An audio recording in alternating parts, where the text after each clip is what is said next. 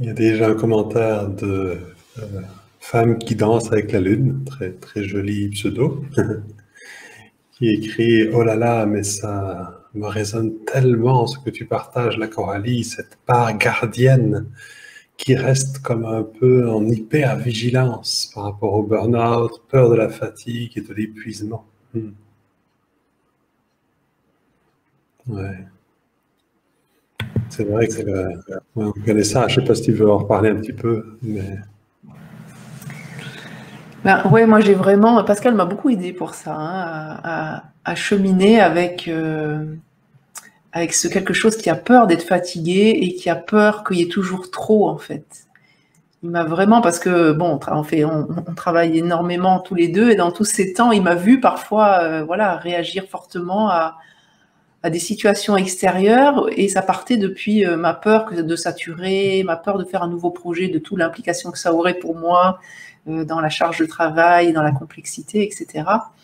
Et du coup, avec ce processus de focusing, cette posture de pleine présence, j'ai appris à faire connaissance avec ce qui en moi avait peur que ça soit trop, avait peur d'être trop sollicité, et aussi ce qui en moi était fatigué.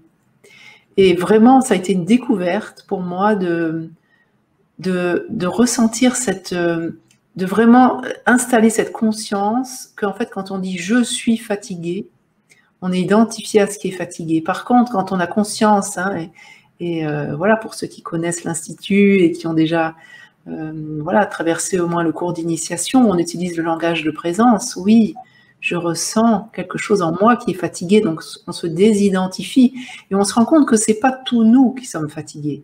Ça peut être quelque chose qu'on sent en haut du corps, en bas du corps, dans le ventre, dans les jambes, et de faire connaissance avec ça, de le reconnaître, ça permet en fait d'être avec et de le laisser quelque part se déposer et se reposer en nous en présence.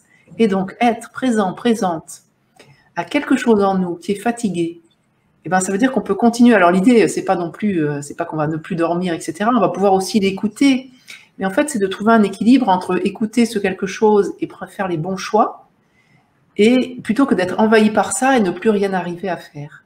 Moi, ça m'a vraiment soutenue dans cet équilibre, en fait, hein, d'être avec ce qui est fatigué en moi et de pouvoir traverser ma journée, faire une petite sieste, vraiment me reposer le temps possible et continuer ma journée avec ce qui est fatigué en moi.